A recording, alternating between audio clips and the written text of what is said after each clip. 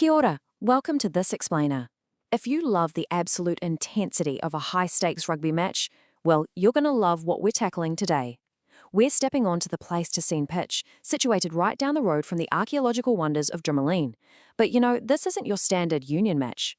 We are gathered for the ultimate evolutionary championship.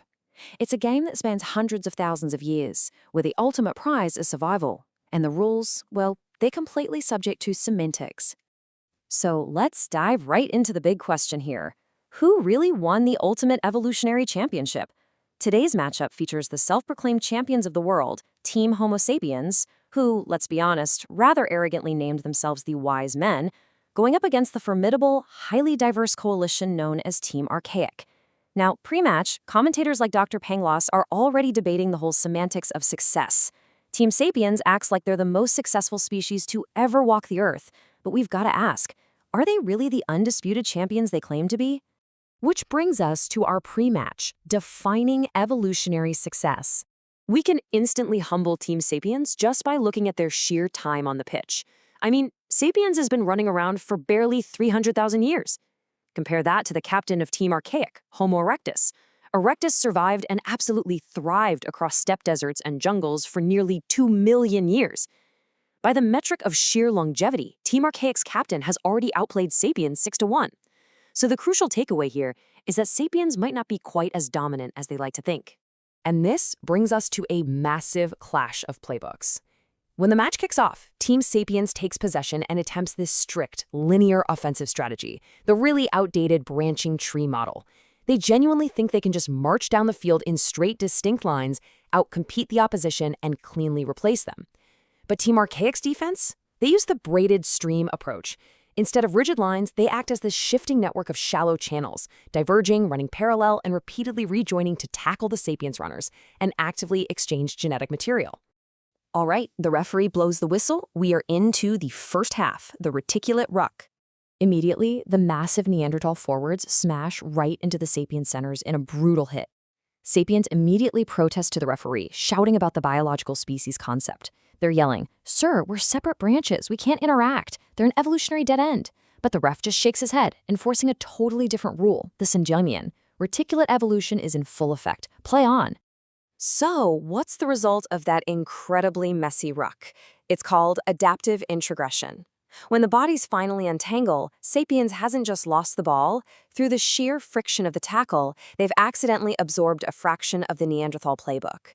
They actually walk away with novel genetic cheat codes, alleles for skin pigmentation, keratin filaments, and completely enhanced immune functions. Sapiens might be complaining about a foul, but honestly, these newly acquired genetic plays are exactly what's going to keep them from freezing on the Eurasian pitch. Suddenly, the ball pops out to the wings, and Team Archaic deploys some absolute wildcard players. First up is Homo floresiensis, affectionately known as the Hobbit. They are barely 106 centimeters tall with a 380cc brain, which is roughly the size of an orange. Sapiens laughs, claiming they clearly lack the cognitive capacity for a complex backline. But brain size doesn't strictly equal intelligence on this pitch. The Hobbit actually has a highly developed Brodmann Area 10, optimizing them for complex cognitive plays, flawlessly executing a chip and chase with those long, flat feet. Then, the Hobbit offloads to Homo luzonensis. Armed with primitive, highly curved arboreal toes, luzonensis just bypasses the Sapiens defense entirely by literally climbing up the goalposts. We're going to call halftime right there, stepping into the linear illusion. Just listen to the Team Sapiens captain huddling his team together in the locker room right now. "We must maintain our genetic isolation. We are anatomically modern. We are the sole protagonists." You can practically hear the panic in his voice, right? They are so deeply in denial about the messy, braided reality of the game unfolding around them. The referee blows the whistle for the second half, the Denny maneuver. Right out of the gate, Team Archaic unleashes their high-altitude specialists, the Denisovans. These players are armed with the EPS1 gene, a transcription factor that gives them hypoxia resistance for endless sprinting without ever needing to catch their breath. When Sapiens tries to tackle them, that braided stream forces an exchange again. The Denisovans actually slip Sapiens the MUC19 gene variant during the ruck. This alters salivary mucus to trap pathogens, which is this vital biological security patch that will later allow Sapiens to survive the frozen frontiers of the Americas. And then, Team Archaic executes, without a doubt, the most spectacular play of the entire match, the Denny maneuver. It is a flawless 50-50 first-generation hybrid offload between a Denisovan father and a Neanderthal mother, happening right on the 50-yard line. The Sapiens defense utterly collapses. They suddenly realize that finding a perfect 50-50 hybrid in such a small fossil sample size means this interbreeding wasn't some rare anomaly. It was a highly common, brilliantly executed strategy. Desperate now, Sapiens looks for a penalty. Step 1. Small-brained Homo naledi takes possession from the deep South African caves.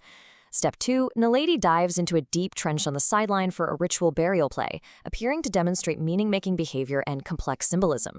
But step 3. Red card! Scream the peer-reviewed app in the VIP box.